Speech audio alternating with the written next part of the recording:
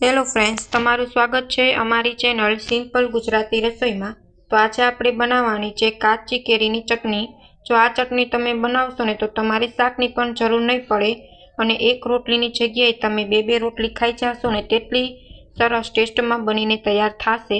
જો એકવાર બનાવી લીધો ને તો વારંવાર તમે કાચી કેરીની ચટણી બનાવવાનું શરૂ કરી દેશો। તો ચાલો શરૂ કરીએ। કાચી કેરીની ચટણી બનાવવા માટે સૌથી પહેલાં અહીં મેં 2 નંગ કાચી કેરી છે તે લઈ લીધી છે। કાચી કેરીની ચટણી ખાટી મીઠી અને થોડીક તીખી હોય તો ખૂબ જ ટેસ્ટી લાગે છે। તો તીખાશ માટે અહીં મેં 1 તીખું મરચું લીધું છે, પણ જો તમારે તીખું પસંદ ન હોય તો તમે મરચું ન લ્યો તો પણ ચાલે। હવે આપણે કાચી કેરીને સુધારી લેશું, તેના મોટા મોટા આપણે ટુકડા કરી લેશું।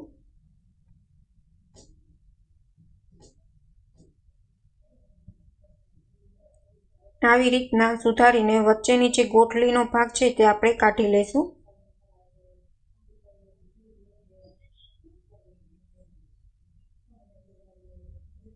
મોટા મોટા ટુકડા કરી લેવાના છે કાચી કેરીના।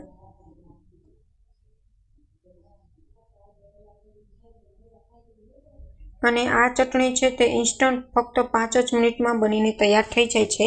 તમે રોટલી, ભાખરી, થેપલા સાથે ખાઈ શકો તેટલી ખૂબ જ ટેસ્ટી બનીને તૈયાર થાય છે। તો અહીં મેં કાચી કેરી અને મરચું છે તે બંને મેં સુધારીને તૈયાર કરી લીધું છે।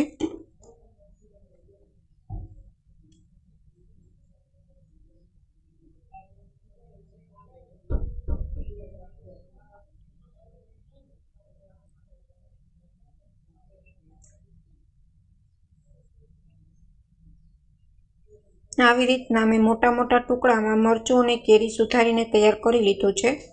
હવે એક મિક્સર જાર લઈ લઈશું, તેમાં આપણે આ કેરીને અને મરચાંને આપણે પીસી લેશું। તો અહીં મેં એક મિક્સર જાર લઈ લીધું છે। હવે તેમાં આપણે કેરી અને મરચાંને પીસી લેવાનું છે। તો એક વાત ધ્યાન રાખવાની છે, બહુ થીક નથી પીસવાનું, તે જ અર્ધ કચરું રાખવાનું છે, જેથી તમારી ચટણીનો ટેસ્ટ છે ને તે ખૂબ જ સરસ આવશે।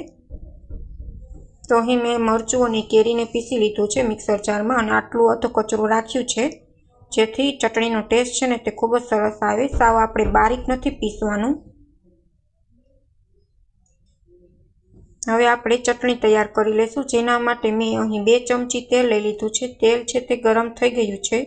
હવે તેમાં અડધી ચમચી જેટલું જીરું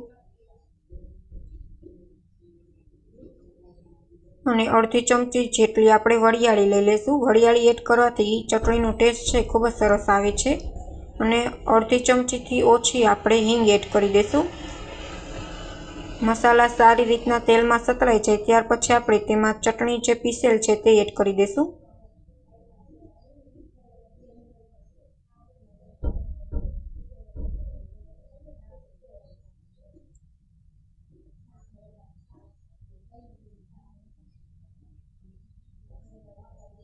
હવે સારી રીતમાં આ ચટણીને આપણે તેલમાં સાતળી લેશું, જેથી કચાશનો ભાગ હોય તે દૂર થઈ જાય। હવે સ્વાદ પ્રમાણે આપણે મીઠું એડ કરી દઈશું।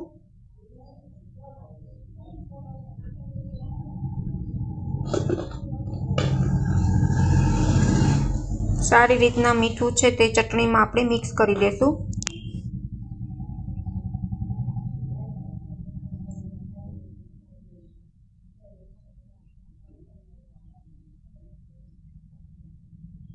હવે ચટણી છે તે બહુ ખાટી ન લાગે તેના માટે અહીં મેં 1 ચમચી જેટલો ગોળ લીધો છે, તે ગોળ એડ કરી દઈશ, જેથી આપણી ચટણી છે ને તે સરસ ખાટી મીઠી અને તીખી બનીને તૈયાર થાય। ગોળ એડ કરવાથી તમારી ખાટી કેરી છે તે બેલેન્સ થઈ જાય છે। અને 2 મોટી ચમચી જેટલું લાલ મરચું પાવડર એડ કરી દઈશું।